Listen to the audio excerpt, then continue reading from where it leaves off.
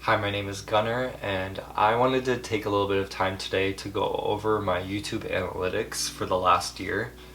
This is the first year that I've properly used YouTube as an escape and kind of been consistent with my YouTube uploading for the first time ever. I thought it'd be nice to kind of break down the analytics of my channel growth to maybe help anyone who's watching. First 10 years of this channel, I was posting super inconsistently, like only a couple times a year usually.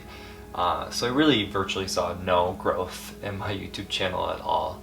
So this year, 2023, has been the first year for proper YouTube growth. I've gained, I think, somewhere around the 500 subscribers mark. And I wanted to kind of show my YouTube analytics to maybe help anyone else who is trying to start a YouTube channel. But I thought today we would just start off with showing you my first 10 years on YouTube. So as you can see, in my first 10 years of YouTube, there wasn't much growth at all.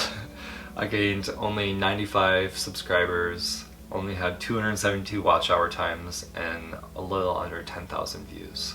I will say, that's actually not too bad at all, especially for a couple of these spikes in a couple days.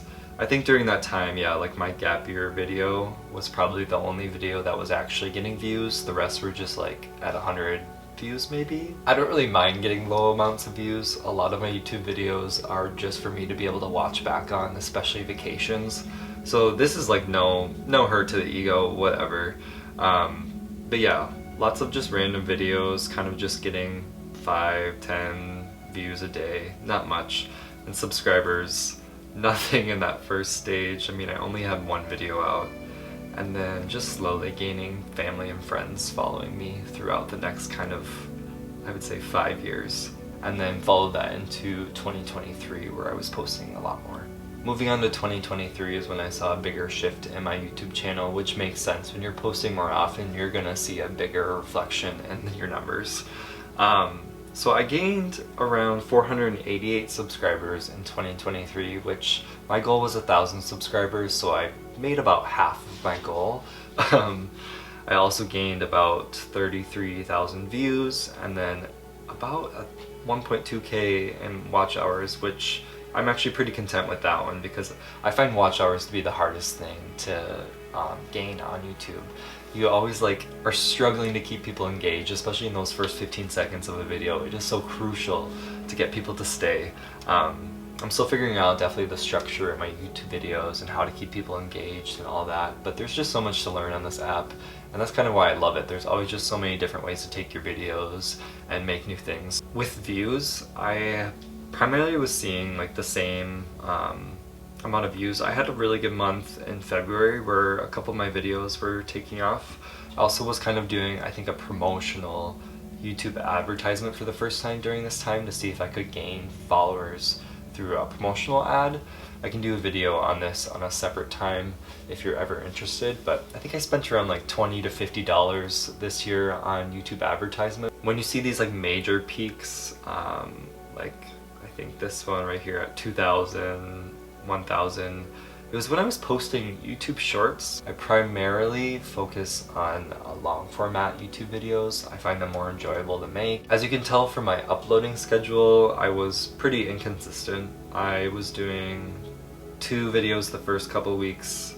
Then I had a very consistent February and March where I think I posted once a week. Yeah, and that was actually kind of where it reflected my best views amount from, is when I was posting consistently. So I can definitely see where if you were on a schedule and your subscribers know what's going to come out on what day, I do think you have a higher chance of getting your YouTube channel to take off.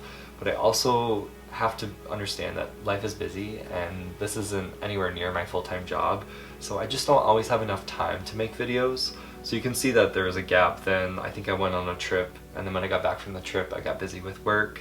So through April I wasn't doing anything. Then throughout the summer I wasn't posting too often, but definitely had a bit more free time, so I was doing some videos. And then we hit August, which is when I started my full-time job, and everything just tanked. I just did not have and do not have much time to give to this channel, but I'm trying to change that this coming year. I knew during this time frame there just wasn't enough time for me to focus on this channel, so I kind of had to put it to the side for a bit. As you can tell, I was still getting some views per day, which I'm actually pretty content with for putting no effort into the channel and still gaining some traction, especially during October. Like, I had a little bit of 2 of my previous videos that were doing a little bit well during that time, and then we're getting to the point now where I am restarting back into it during November, but again crashing in December where I'm getting busy again. So just trying to find the structure. I'm trying to pre-record a little bit more often, and then that way I have time to edit later on. I've definitely learned a lot about my channel by looking at these analytics of my most played videos this year. I think primarily what I'm taking away from this is clearly if you have a more generalized niche or topic in your YouTube video, you're gonna have a higher chance of that getting more views or gaining more subscribers from it.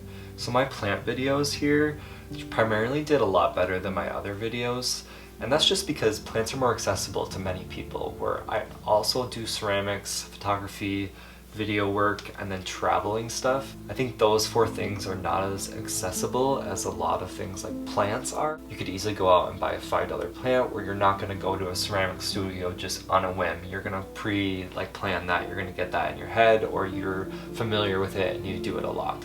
So I do think if you're trying to make your YouTube channel blow up, you do need to understand that niche has to be popular. People have to want to watch your video. It can't just be about your personality and you, because unfortunately people don't really just watch a video just for the specific person unless they're kind of like engaged with that person for a long time. They've been following them for a while. They're consistent with their YouTube schedule, like posting and things like that.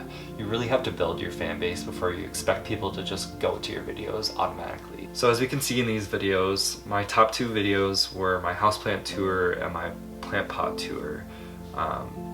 Both did pretty well and also had like decent average percent views. I think they definitely could do better in these analytics, but I'm new to this, so I'm not going to beat myself up too much over any of these analytics at all. Like, it's fine. My coil hand building ceramic side tables was another video that did pretty well, as well as my pottery journey. So my top 4 videos I'm actually really content with, because these were the 4 videos I kind of spent the most amount of time creating and thinking about. I have a couple other videos that I spent like days creating, and then they got like less than 100 views. But at the same time, you know, like, you have no idea which videos are gonna take off, which is kind of like the fun of YouTube. And at the same time, as long as you're doing this for yourself first, it doesn't really matter at the end of the day. Like, I'm not beating myself up. I'm not disappointed in any of these things. It's just kind of cool to see the growth in different forms, and especially to see the growth in a slow form makes you appreciative of everything that you're doing and everything that's to come. I feel like what people want to look at most when they talk about analytics is if you're getting paid or not. I currently am not able to get paid on YouTube. You have to hit the 1,000 subscribers mark and then the 4,000 watch hours mark, so I'm still pretty far away. Right now I have the 583 subscribers and the 1,046 public watch hours. So they do 2 different tiers now with YouTube, so you can actually, once you get to 3,000, you're eligible for like supers, memberships, and shopping and things like that. So when I do have a website up with my ceramic stuff, this stuff will be helpful. But I still have plenty of growth on my channel to get to the point where I can get paid for anything. Okay, now that we've gone through my analytics a bit, I thought it would be nice to talk a little bit about my 2024 goals for myself, as well as any goals that you guys maybe want to implement in your own YouTube channel. Something I always remember in all the YouTube videos I watched about how to grow your channel, they always talk about choosing your niche, which essentially just means what your YouTube channel is going to be about, and making it like a small group of videos. Maybe not the exact same thing every single time. Finding your niche is important, definitely, when you're trying to find your target audience. I think that when you have a niche that's more unique, it's a bit harder to gain followers. Something that I'm implementing and not being scared of in 2024 is posting videos outside of my niche. My YouTube channel is my name. It is about me, and I think I'm now realizing that I shouldn't be scared to post videos that I want just because I feel like a viewer might not want to watch it. If they don't want to watch it, they won't watch it. So in 2024, I'm going in with a bit more peace and knowing that I'm just going to post whatever video I want, regardless of what the content's about. On the other hand, I do think by the end of 2024, it would be nice to have 2 different channels maybe. I'm not going to for sure guarantee this, but I do think that it might be nice to keep this one being a bit more open-ended and broad videos, or maybe if my ceramics or my art videos do take off a bit more, if people want me to make a separate account for that specific things, I would be more willing to do it. I would just feel like I need to see a demand before I'm going to start 2 channels. If we're talking about numbers, for this year, I think my goal is just to make it to the 1,000 subscribers. So basically do the same amount of subscribers as I did this year, just doubling it. And then I do think probably to make the 4,000 watch hours as well. So I guess it's the same goal I had this previous year. It's just hoping that I can double what I've done this year. Obviously with YouTube analytics, everything does expire after 1 year for your view count and your watch hours, so you essentially are just starting over. This did make me a little nervous at first. I'm just going to keep a more consistent schedule, which is another goal of mine for the following year, and I think the consistent schedule will just help me reach that goal of mine. And if you have any tips for smaller channels like mine, for sure put them in the comments down below as well. Thank you for watching today's video, and I hope you have a great rest of your day. Bye. I'm still doing that awkward wave. I need to quit that in 2024, not do this at the end of every video. It's so annoying.